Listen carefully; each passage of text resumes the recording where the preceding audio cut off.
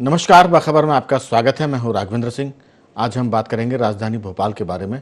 दरअसल बात तो राजधानी भोपाल की, लेकिन मसला या मुद्दा जो है वो पूरे देश का है।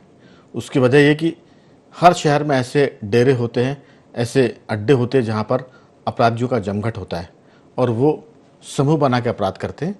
भोपाल में भी एक ऐसे ही डेरे का नाम है, अड्डे का नाम है ईरानी डेरे। दरअसल ईरानी डेरे मतलब अपराध का पर्याय। ऐसा नहीं है कि सारे ईरानी अपराध में लिप्त होंगे, लेकिन जो उनका डेरा है, जहां वो रहते हैं, वहां अक्सर वही लोग पहुंचते हैं जो अपराध करते हैं। तो हमारा कहना यह है कि इस पूरे मामले में मध्य प्रदेश में खासतौर से भोपाल की पुलिस जो काम कर रही है वो पिछले दिनों बहुत प्रशंसनीय रहा, अनुकरणीय रहा बाकी शहरों के लिए, बाकी राज्यों के लिए। बात है भोपाल में परसों ईरानी डेरे पर जो छापामार कार्रवाई हुई थी रात में, उसमें लगभग 400 से 500 पुलिसकर्मी तैनात किए गए थे। रात भर छापे की कार्रवाई की गई। उसमें बड़ी बात यह है कि उत्तर प्रदेश के 1 लाख का इनामी आरोपी पुलिस ने पकड़ा।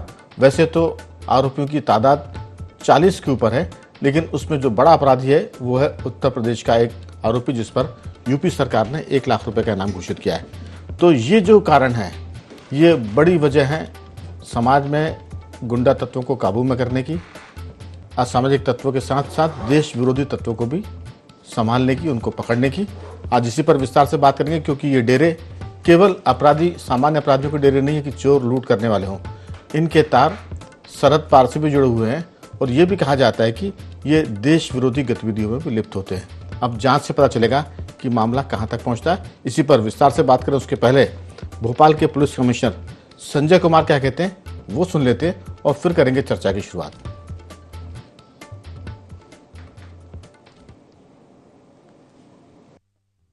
400 प्लस अधिकारी कर्मचारी का फोर्स जो ईरानी डेरा है उसको घेर के दबिश दी गई। 39 लोगों को उसमें गिरफ्तार किया गया है। 31 पुरुष हैं और 8 महिलाएं हैं। 17 दो पहिए बाइक जब्त की गई हैं। 644 ग्राम सोना और 1,35,000 नकदी जब्त की गई है। इसमें 1 किलो 700 ग्राम गांजा भी जब्त किया गया है। 4 लोग ऐसे हैं जिनके पहले से स्थायी वारंट भी हैं। एक व्यक्ति ऐसा है जिसके ऊपर 1 लाख का इनाम रहा है। बाकी सभी का जो है ना, क्योंकि ये पूरे देश में अन्य राज्यों में ये लोग अपराध करते हैं, उसमें थोड़ा टाइम लगेगा इनका सारा जो रिकॉर्ड है, आपराधिक रिकॉर्ड, उसको कलेक्ट करने में। तो भोपाल में जितनी बड़ी कार्रवाई पुलिस ने की है और जितने आसान तरीके से पुलिस कमिश्नर संजय कुमार बता रहे थे, इसका मतलब हम लोग ऐसा लगता है कि वो अपने कार्यकाल में आने वाले दिनों में इस तरह की और भी बड़ी कार्रवाइयों को अंजाम देंगे, क्योंकि वो लौटे हैं बालाघाट तरफ से, जहां उन्होंने नक्सलवादियों का सफाया करने में बड़ी भूमिका निभाई है और उसी के बाद उनको भोपाल का पुलिस कमिश्नर बनाया गया। उम्मीद की जा रही कि यहाँ भी अपराधियों का, असामाजिक तत्वों का और देश के खिलाफ काम करने वाले जो लोग हैं उनका भी एक तरह से सफाया भले ना हो, लेकिन उन पर नकेल कसी जाएगी। इसी पर विस्तार से चर्चा स्टूडियो में मौजूद है हमारे साथ ID24 के कंसल्टिंग एडिटर श्री योगीराज योगेश जी। योगेश जी, आपका बहुत स्वागत है। नई दिल्ली से जुड़े हमारे साथ राजनीतिक विशेषज्ञ नागेंद्र सिंह परमार जी। नागेंद्र जी, आपका बहुत स्वागत है। और फोन लाइन पर हमारे साथ जुड़े हैं रमेश सिंह जी, जो जियो पॉलिटिक्स के एक्सपर्ट है। उनसे भी जानेंगे कि ये जो ईरानी डेरे हैं, नाम तो है ईरानी डेरे, इसका मतलब कि क्या इनका संबंध ईरान से भी है? ईरानियों के नाम से तो ये कुख्यात हैं डेरे, इसमें ईरानी भी बड़ी तादाद में रहते हैं, लेकिन अब जो अंतर्राष्ट्रीय स्थितियां हैं, जो जियो पॉलिटिक्स है, उसमें इस तरह के जो तत्व हैं जिनका संबंध कभी भी देश की सरहदों के बाहर रहा हो, वो देश के लिए खतरनाक है। योगीराज जी, चर्चा की शुरुआत आपके साथ करना चाहते हैं कि ये जो सारा मामला है, पुलिस कमिश्नर बता रहे थे कि किस तरह से करीब 600 के आसपास पुलिसकर्मी ने इस पूरे मिशन को अंजाम दिया है और ये ऐसा नहीं कि पहली बार हुआ है। अभी कुछ महीने पहले जब पुलिस कमिश्नर थे हमारे चारी साहब, हरिनारायण चारी जी, उनके भी नेतृत्व में ये इस तरह की कार्रवाई की थी, वो भी ईरानी डेरों पर की थी और उसमें तो पुलिस महिला ईरानियों ने पुलिस का बड़ा विरोध किया था, बड़ी मशक्कत करनी पड़ी थी और इस बार भी लगभग वैसी स्थिति बनती, लेकिन पिछले बार का कुछ लाभ मिला और पुलिस ने अपनी कार्रवाई को ठीक से अंजाम दिया। आपकी राय, ये मामले कितने संगीन हैं और पुलिस को इसमें किस तह तक जाना चाहिए और किस हद तक जाना चाहिए? देखिए, ये बहुत संवेदनशील मसला है और मध्य प्रदेश के बारे में कहा जाता है कि ये शांति का टापू है। निश्चित तौर पर अभी ऐसा माहौल भी है, शांति प्रिय ही है, लेकिन जिस तरीके की एक्टिविटीज़ पड़ोसी राज्यों में हो रही हैं, पड़ोसी देशों में हो रही हैं, पिछले कुछ दिनों की एक्टिविटीज़ पर आप नज़र डालें राघवन जी, तो हमको भोपाल से ऐसे ऐसे लोग गिरफ्तार किए गए जिनका इंटरनेशनल रैकेट था, मैं मतलब उनका संलिप्तता थी जी। ऐशबाग से, वो आतंकवादी बांग्लादेश एक ग्रुप था जिसमें जो भोपाल में लगभग 3 साल से स्लीपर सेल बनाने का काम कर रहे थे, थाने के ठीक पीछे। बिल्कुल जी। तो कहने का अर्थ है कि इंटरनेशनल लेवल का रैकेट यहाँ काम कर रहा है और ईरानी जो डेरा है वो उसकी शरण स्थली बना हुआ है। और ये तो बिल्कुल हार्ट ऑफ द भोपाल है, मतलब बिल्कुल भोपाल के मध्य में है और प्रोमिनेंट जगह पे है और इसकी गतिविधियाँ कोई आज से नहीं है। ईरानी डेरे का आतंक इस बात से आप अंदाज़ लगाइए कि पुलिस भी वहाँ घुसने से डरती है। आम आदमी का तो आप सवाल ही नहीं उठता वहाँ ऐसी तंग गलियाँ।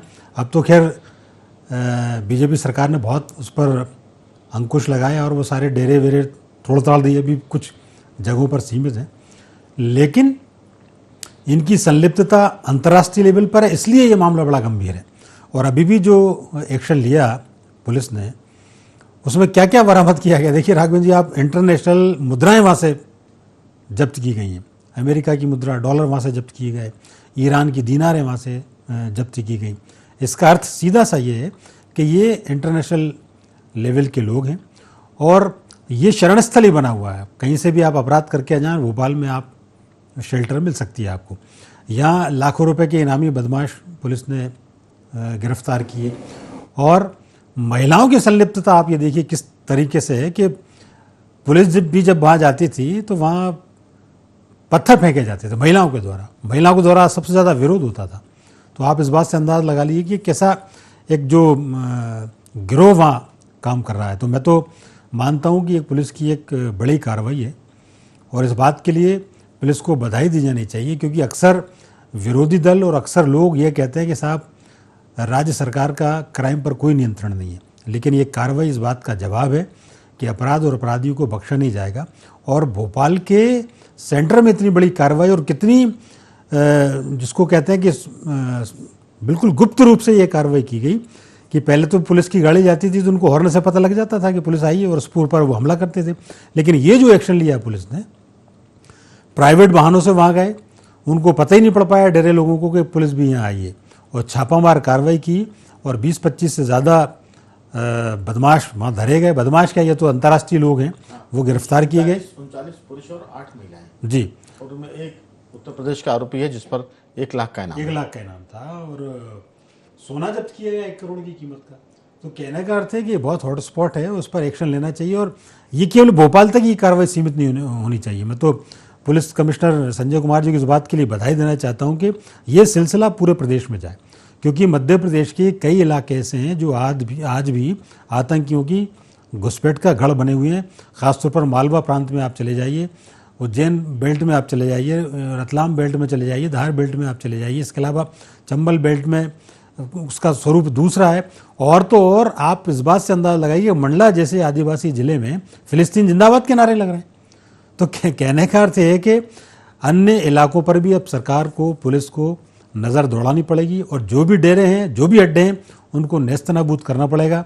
और चूँकि अब जैसा कि आपने जिक्र किया कि बालाघाट से आए और वहाँ पर नक्सलवाद का सफाया किया, तो मैं मानता हूँ कि मध्य प्रदेश में भी इन अपराधियों पर, इन आतंकवादियों पर बहुत जल्दी नकेल कसी जाएगी। लेकिन इस बात पे एक बात मैं ज़रूर कहूँगा कि हम अक्सर पुलिस को टोचते रहते हैं कि साहब पुलिस कुछ नहीं कर रही, लेकिन ये कार्रवाई एक आदर्श कार्रवाई है और जनता चाहती है ये कार्रवाइयों का ऐसा सिलसिला जारी रहे। दरअसल एक बात और है कि नक्सलवाद का जो सफाया हो रहा है वो अपनी जगह, लेकिन मध्य प्रदेश में बहुत जल्द सिंहस्थ भी होने वाला है और देश नहीं दुनिया भर से उसमें श्रद्धालु और भक्तगण आएंगे।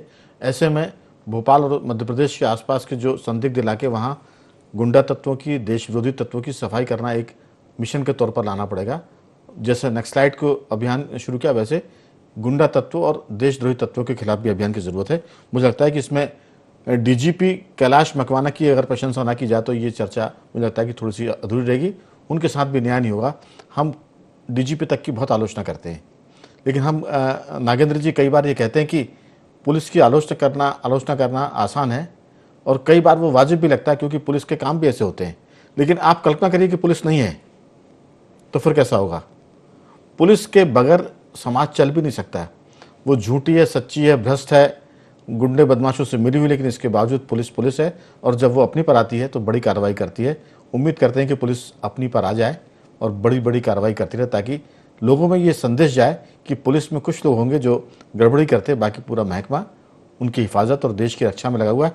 आपसे जानना चाहेंगे, क्योंकि दिल्ली में भी इस तरह के बड़े मामले हैं, रोहिंग्या बांग्लादेशी घुसपैठिया वहाँ भी हैं, ईरानी डेरे वहाँ भी होंगे, क्योंकि देश भर में ईरानियों के डेरे हैं। ईरान देश से हमारे जरूर संबंध दोस्ताना, लेकिन कई बार उनके जो लोग हैं यहाँ काम रहते हैं ईरानियों के नाम पर, वो ऐसा काम करते हैं कि वो एक तरह से जराइम पेशा के रूप में जाने जाते हैं, जितने भी ईरानियों के डेरे हैं आमतौर से। आपकी राय? जी राघवेंद्र जी, आपने बिल्कुल ठीक कहा। देखिए, ये सिर्फ भोपाल या मध्य प्रदेश का मामला नहीं है। इस तरह के जो गुंडा है या अवांछित तत्व है, ये पूरे देश में ही अलग अलग तरीके से जाने और पहचाने हैं। और दिल्ली एनसीआर की अगर हम इस तरीके से बात करें तो दिल्ली एनसीआर में देखिए, एक तरफ मेवात है, नूह, जहां झारखंड का जामतारा जो सबसे बड़ा ठगी का अड्डा था साइबर फ्रॉड का, वो ध्वस्त होने के बाद में आज देश के सबसे बड़े अड्डों में मेवात है, जहां साइबर फ्रॉड के करोड़ों करोड़ों रुपए के साइबर फ्रॉड करते हैं लोग और पकड़े जाते हैं। उसके बावजूद वहां वो चल रहे हैं। गोकशी के लिए वो जाना जाता है। इसके अलावा अन्य अन्य तरह की लूटपाट की और कई घटनाओं के लिए जाना जाता है। और उसके भी कई इलाकों में ऐसी दिक्कत है कि पुलिस जाने से कतराती है, स्थानीय प्रशासन घुसने से कतराता है। हालांकि अब बदले वर्षों में कुछ स्थितियां बदली है।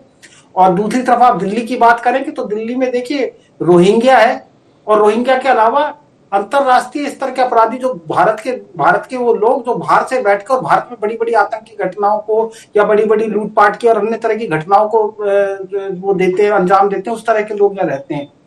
बदलते वक्त में सबसे बड़ी दिक्कत ये है, पिछले महीनों की बात है कि दिल्ली के लाल किले पर जो विस्फोट हुआ था, उसमें तो अब ये सभी ने मान लिया कि उसके संबंध विदेशी ताकतों से थे। और उसमें जो जैश ए मोहम्मद का नाम भी आ रहा है कि उनके लोग थे जो किसी यूनिवर्सिटी में डॉक्टर का काम करते थे, लेकिन काम उनका आतंकवाद का था। जी जी जी जी, बिल्कुल आपने ठीक किया। बदली परिस्थितियों में, बदले समय में ये इसलिए और ज्यादा खतरनाक हो गया कि पहले कुछ समय पहले तक जो ये लोग करते थे, स्थानीय तरह के गिरोह थे या अपराधी थे, ये लूट पेशा करते थे। पैसा चुरा लिया, सोने के आभूषण चुरा लिए चलते थे और छोटी मोटी लूटपाट करती। लेकिन बदले वक्त में इन्होंने संगठित होकर जो काम करना शुरू किया, देखिए इसमें एक तरफ ड्रग्स का छोक लग गया कि अवैध रूप से ड्रग्स बेचते हैं, जिससे पूरी युवा पीढ़ी बर्बाद हो रही है। हवाला का कारोबार होता है, नोट, नकली नोट वगैरह का उनका होता है। और कईयों के पास में ऐसे अत्याधुनिक अवैध हथियार मिलते हैं जो उन्हें संभव ही नहीं यहाँ से तो मिलना। और हम इससे इनकार नहीं कर सकते कि गाहे बगाए आप देखिए कि जब विदेशी ऐसी ताकतें जो भारत को अस्थिर करना चाहती है, उनको भी ऐसे लोग मुफीद आते हैं और ये भी उनके हाथों का खिलौना बन जाते हैं। क्योंकि ना तो इनकी स्थानीय स्तर पे रिश्तेदारी, जान पहचान ऐसी होती है जिससे इन्हें किसी तरह की लोक शर्म की या लोक लाज की बात आती हो, और ये तो जान ही अपने अपराध के लिए जाते हैं। तो इस तरह के अपराधों के लिए बदले वक्त में जब ये ड्रग्स में शामिल है, अवैध हत्याओं में शामिल है, हत्या करने से ये नहीं चूकते हैं। और लूट मार में भी अभी जमीन के कब्जों में कई जगह दिल्ली एनसीआर में तो ऐसे ऐसे गिरोह है जो शराब के ठेकों के लिए बड़े बड़े ठेकेदारों को मार देते हैं कि भाई ठेकों पे हमारा कब्जा रहे। तो ये बदलते वक्त में और खतरनाक है। और इसलिए अब इनके लिए कम से कम सरकारों को और पुलिस को, क्या राज्य स्तर पे और क्या केंद्र स्तर पे, गहन काम करने की जरूरत है। क्योंकि इसमें कोई शक नहीं कि अब ये विदेशी हाथों की, अवांछित तत्वों के हाथों की कुंडली बनने के लिए तैयार बैठे रहते हैं बहुत सारे ऐसे लोग। बिल्कुल। दरअसल नागेंद्र जी, विदेशी जो लोग होते हैं वो भी इसी तरह के जराइम पेशा जो गिरोह होते हैं उनकी तलाश करते हैं और उनको फिर अपना एक तरह से स्लीपर सेल जैसा बनाते हैं कि आपको हम काम देंगे, आप काम करिए और पैसा लीजिए। जिसे कहते हैं ना कि अज्ञात लोग आए और किसी को गोली मारकर चले गए, अब वो अज्ञात लोग इसी तरह के गिरोह में से निकाले जाते हैं और फिर ये देश के खिलाफ बड़ी बड़ी कार्रवाई करते हैं और देश कई बार संकट में भी आता है। मेरे साथ रमेश सिंह जी है। रमेश जी, आपका बहुत स्वागत है। सवाल ये है कि ईरानी डेरों पर कार्रवाई ये एक छोटी सी कार्रवाई है। इस तरह के कई होंगे डेरे, जो ईरानी डेरे तो बदनाम हैं, लेकिन बहुत से ऐसे डेरे भी हैं, ऐसे समूह हैं, ऐसे इलाके हैं जहां सिर्फ अपराधी तत्व काम करते हैं और पुलिस और आम आदमी वहां जाने से डरता है। आपकी राय कि इनको संरक्षण देने वाले लोगों पर भी वैसी कार्रवाई करने की जरूरत है जैसे आतंकवादियों को मदद करने वालों पर कार्रवाई की जाती है, देश के खिलाफ जो काम करते हैं उन पर कार्रवाई की जाती है, क्योंकि ईरानी डेरे ऐसे ही डेवलप नहीं होते, उसके पीछे लोकल लीडरशिप भी होती है और फिर प्रशासन और पुलिस के कुछ लोग होते हैं जो उनकी मदद करते हैं इस मामले में।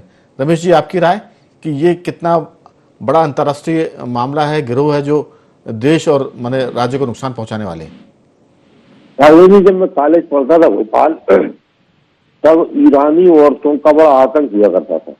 तो ये आज से 25 साल पहले की बात है।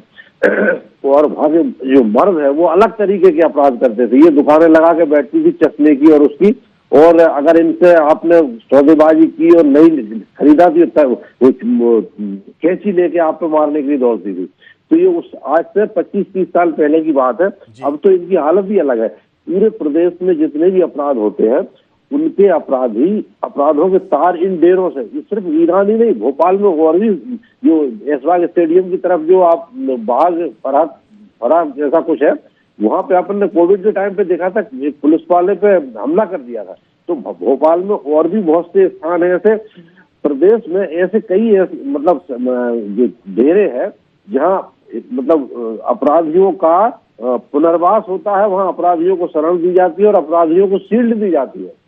ये जो अभी रोहिंग्या है, ये रोहिंग्या अभी एक नए लोग हैं, ये बाहर से आए हैं, ये अभी एक्सपर्ट नहीं है।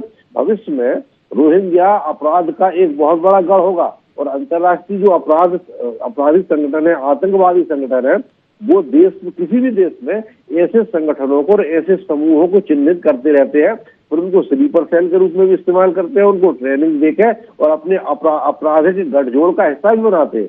तो सरकार को, मैं तो कहता हूं कि पुलिस को शायद होगा कि इनमें ह्यूमन इंटेलिजेंस का एक नेटवर्क बना के रखे और उसकी जानकारी रखे। इसके बाद आजकल तो क्या जो इलेक्ट्रॉनिक इंटेलिजेंस है और सर्विलांस है, उससे भी इन पर नजर रखी जाए, ताकि इनकी जो अपराध के प्रति और विभिन्न प्रकार की अपराधियों के, आतंकवाद के प्रति इनकी जो डेवलपमेंट हो रहा है उस पर नजर रखी जाए, ताकि भविष्य में ये क्या रूप ले सकती है। पुलिस को इस बात की ट्रेनिंग भी होनी चाहिए कि जो इंटेलिजेंस के इनपुट्स आते हैं उससे ये पता अंदाज लगा सके, उसका एक असेसमेंट कर सके कि भविष्य में इसका क्या रूप होगा। बिल्कुल। तो ये मध्य प्रदेश के भोपाल के अलावा भी और शहरों में भी ऐसे बहुत सारे गढ़ है। हर शहर में इस तरह के डेरे होते हैं। भोपाल राजधानी है, इसलिए हम यहाँ का जिक्र कर रहे हैं, क्योंकि परसों 2 दिन पहले ही पुलिस ने बड़ी कार्रवाई की। लेकिन युगराज जी और रमेश जी, आपको भी पता होगा, एक मुन्ने ईरानी नाम का एक ईरानी डेरे का लीडर हुआ करता था। हम कह सकते हैं कि उस गिरोह का मुखिया था। रेल के भीतर जो चोरी लूट की वारदात होती थी उसमें उनका बड़ा दखल होता था। कई बार ऐसा होता था कि अगर ट्रेन में जो लोग यात्रा कर रहे हैं उनके साथ लूट हो गई या चोरी हो गई या जहर खुरानी हो गई, तो जो लोग जानकार होते थे, युगराज जी, वो मुन्नी ईरानी से संपर्क करते थे और उनसे कहते थे कि हमारे एक आदमी है जो पंजाब फलानी ट्रेन से सफ़र कर रहे थे, बोगी नंबर ये था, उनकी सोने की चेन लूट ली या उनका पर्स मार दिया जिसमें बहुत ज़रूरी कागजात थे, या सूटकेस की चोरी हो गई। तो बताते हैं कि मुन्ने ईरानी कुछ ही घंटों में उस सामान की बरामदगी करवा देता था और कहता था कि ठीक है, हमारे लड़के ने किया होगा, बुलाओ जरा फलाने को। ऐसे वो नाम लेके बुलाता था और मालूम हुआ कि 2 घंटे बाद वो आदमी आता था और सामान रख के चला जाता था। और इस पूरे मामले में मुझे, अब चूंकि वो लीडर दिवंगत हो गए हैं, एक बड़े नेता थे, उनके संबंध भी मुन्नी ईरानी से हुआ करते थे। वो भी अक्सर जब इस तरह की वारदातें होती थी तो वो उसकी मदद लेके सामान की बरामदगी कराते थे। हालांकि बाद में वो सरकार में भी आए और उनके सरकार में रहते हुए भी मुन्नी ईरानी के डेरे पर बड़ी कार्रवाई हुई। तो सवाल है कि वो ट्रेन में चोरी करते हैं, वो ड्रग्स का काम करते हैं, वाहन चुराते हैं, इसके साथ साथ आप देखिए कि जो माफियागिरी भी करते हैं कि मकान को खाली कराना, दूसरी चीज़ करना, इसके साथ साथ विदेशों से भी उनके तार जुड़े हैं। मामला बेहद गंभीर है। एक शुरुआत हुई है भोपाल पुलिस के द्वारा, 4 महीने या 5 महीने के भीतर 2 बार बड़ी कार्रवाई की है, लेकिन इस पर सतत कार्रवाई करने की ज़रूरत है और इनके खिलाफ कठोर कार्रवाई हो। मामूली कार्रवाई में तो पिछली बार आपको याद होगा जब छापे मारे थे गिरफ्तारी हुई थी उसमें तो जो लोग मर गए थे उनके नाम से जमानत मिली थी और वो लोग जमानत पे छूट भी गए थे, और जमानत देने वाले को जो नाम थे वो बाद में पता हुआ कि वो तो स्वर्गीय थे, मर गए थे, और उनके नाम पर जमानत दे दी गई। इस तरह की घटनाएं भी हुई। जी, असल में इस पूरे नेक्सस को तोड़ना बहुत ज़रूरी है। ईरानी डेरे उसका एक प्रतीक है, लेकिन उनकी पैठ पुलिस और कानून दोनों तक है, उस सरकार में भी है। सरकार में भी। इस बात से आप अंदाज लगाइए कि जैसे ये अपराधी पकड़े जाते हैं, धरे जाते हैं, तो इनकी जमानत के लिए वकीलों की टोली काम करती है अदालत में, और वो तुरंत सक्रिय हो जाते हैं, और हर संभव कोशिश ये होती है कि इनको जमानत मिल जाए। लेकिन यदि आपके पास पुख्ता सबूत है, पुलिस की कानून की कार्रवाई तगड़ी है, तो फिर ये जेल में जाते हैं। और कैसे कैसे गवाह, इसका तो आपने जिक्र कर ही दिया। जो मर गए वो गवाह बन के वहाँ खड़े हो गए। गवाह नहीं, वो जमानतदार बन के पहुंचे वहाँ, कि जमानतदार में नाम है किसी का, कोर्ट में कोई दूसरा पेश हुआ और जिसके नाम से जमानत मिली है, पता हुआ कि वो तो मर चुका है। अगर वो फरार होते हैं, वापस नहीं लौटते हैं, तो आप जमानतदार को ढूंढने जाएंगे ना, तो पता हुआ कि जमानतदार तो पहले ही मर चुका था। ये एक नया किस्म का अपराध है। फर्जी गवाह है उनके पास जी, जो पैसे लेके उनके पक्ष में खड़े हो जाते हैं, जो उनके फेवर में गवाही देनी है वो खड़ी हो जाती है। वो सब पूरा का पूरा पूरा सेट है, उनका पूरा समूह है, पूरा सिस्टम है जो काम कर रहा है। तो इसमें उनको भी शामिल किया जाए, चाहे वो जमानतदार हों, चाहे वो गवाही देने वाले हों, चाहे वो इनको शेल्टर देने वाले। बिल्कुल, ये पूरा नेक्सस तोड़ना ज़रूरी है, और ये सतत चलने वाली प्रक्रिया होनी चाहिए। जी, और मैं तो ये कह रहा हूँ कि भोपाल में भी अभी बहुत अंचल हैं। आप 6 नंबर पे चले जाइए, आप, ये तो ईरानी डेरे की बात हुई, आप इसके अलावा पुराने भोपाल, ये बाग फरहत अफजा की जो बात कर रहे हैं, ऐशबाग की, बहुत सारे एक ऐसे जो एरिए हैं जो अभी भी इनका शेल्टर होम बने हुए हैं। इन सब पर कार्रवाई हो, और आसपास के इलाके और मध्य प्रदेश के वो जो संवेदनशील ज़िले हैं उन पर भी पुलिस की पकड़। मैं इसमें एक चीज़ और जोड़ूंगा, जो हाईवे के किनारे दुकानदार बैठते हैं, अनजान दुकानदार, अचानक नई नई दुकानें खुल जाती हैं, फलों की दुकानें, दूसरी दुकानें हैं, उन पर भी नज़र रखने की जरूरत है, क्योंकि उसमें रोहिंग्या और बांग्लादेशी लोगों के ज़्यादा उसमें भूमिका देखी जा रही है। नागेंद्र जी, आपकी छोटी सी टिप्पणी। क्या ईरानी डेरे, क्या रोहिंग्या या बांग्लादेशी, और क्या स्थानीय रूप से जो ये छोटे छोटे संगठित अपराध करने वाले गिरोह हैं, ये इसलिए खतरनाक है। देखिए, ये अनपढ़ होके भी ऐसे साइबर फ्रॉड कर रहे हैं जिसका आंकड़ा है कि देश में 4 साल में एक छोटे राज्य की जो कुल अर्थव्यवस्था होता है बजट, उतना तो साइबर फ्रॉड हो गया इस देश में, और ये करते सारे इसी तरह के लोग हैं। और क्योंकि ये ड्रग्स बेच रहे हैं, हमारी अगली पीढ़ी को, भविष्य को खराब कर रहे हैं, ये हत्या लूटपाट कर रहे हैं, जमीनों पे कब्जा कर रहे हैं, तो अब समय आ गया है कि केंद्र और राज्य सरकार इन पे इकट्ठा होकर एक माकूल कार्रवाई करे, और प्रदेश दर प्रदेश, जिला दर जिला इनसे निजात दिलाए लोगों को। दरअसल इसमें अपराध का मामला तो है, जो लोकल के अपराध होते हैं, स्थानीय जो किस्म के अपराध होते हैं, लेकिन इसमें जो बड़ी बात है ड्रग्स की बात है। नागेंद्र जी, ड्रग्स का बड़ा रैकेट इस पर काम कर रहा है, और जब ड्रग्स चीज़ जुड़ती है तो फिर उसमें विदेशी हाथ भी, विदेशी तत्व भी जुड़ जाते हैं, क्योंकि ड्रग्स की सप्लाई में चाहे मामला किसी भी गांव में हो, लेकिन उसके तार अगर ढूंढ जाएंगे तो वो विदेशों से मिलेंगे। तो मुझे लगता है कि इस पर उस तरह के अभियान की जरूरत है, जैसे नक्सलाइट के खिलाफ अभियान चलाया गया, आतंकवादियों के विरुद्ध अभियान हो रहा है, इसी तरह से जो शहरों में डेरे होते हैं उनके खिलाफ भी अभियान की जरूरत है। रमेश जी, आपकी छोटी टिप्पणी। राघवेंद्र जी, ड्रग्स का जो मामला होता है, इसका संबंध सीधा सीधा आतंकवाद से जुड़ा होता है, और ये बांग्लादेशी, रोहिंग्या, ईरानी और भारत के अंदर के इस तरह के इन्हीं के मिले जुले जो लोग हैं, वो भविष्य में देश की एकता और अखंडता के लिए बड़ा खतरा पैदा करेंगे। इनकी डायनामिक्स पे अभी से नजर रखने की जरूरत है, और उसके लिए जरूरी जो चेक एंड बैलेंस है उनके वो उपाय करने की भी जरूरत है, वरना ये भविष्य में ये मतलब जो विदेशी शक्तियां हैं भारत को तोड़ने वाली, उनके स्लीपर सेल्स के रूप में काम करेंगे, और इनकी बहुत बड़ी देश के अंदर के एटम बम है जो अंदर से इम्प्लोड करेंगे। बिल्कुल, कहते हैं ना, इशारा मिलती कार्रवाई करेंगे। लेकिन मैंने शुरुआत में भी कहा था, अभी भी कह रहा हूं कि सारे ईरानी डेरे वाले अपराध में लिप्त नहीं होंगे, लेकिन वो चूंकि उस डेरे में रहते हैं तो कहीं ना कहीं वो भी उसमें शामिल माने जाते हैं। इसलिए पुलिस को चाहिए कि तमाम ऐसे लोगों की जानकारी ले, जो भले लोग हैं उन्हें अपना साथी बनाए, और जो बदमाश हैं, गुंडे हैं, उन पर कड़ी कार्रवाई करें, चाहे इनके तार दिल्ली से जुड़े हों, मुंबई से जुड़े हों या समंदर पार हो। जो बात सभी लोगों ने की है कि एक समन्वय करना पड़ेगा, दूसरे राज्यों की पुलिस और मध्य प्रदेश की पुलिस आपस में समन्वय करे, सूचनाओं का आदान प्रदान करे, और इस तरह के लोगों पर बड़ी कार्रवाई करे। मैं तीनों मेहमानों का धन्यवाद करूंगा। योगराज जी, आपका बहुत धन्यवाद। नागेंद्र जी, आपका साधुवाद। रमेश सिंह जी, आपका बहुत धन्यवाद कि आपने चर्चा में हिस्सा लिया। बाखबर में सिर्फ इतना ही। बने रहिए हमारे साथ और देखते रहिए IND24।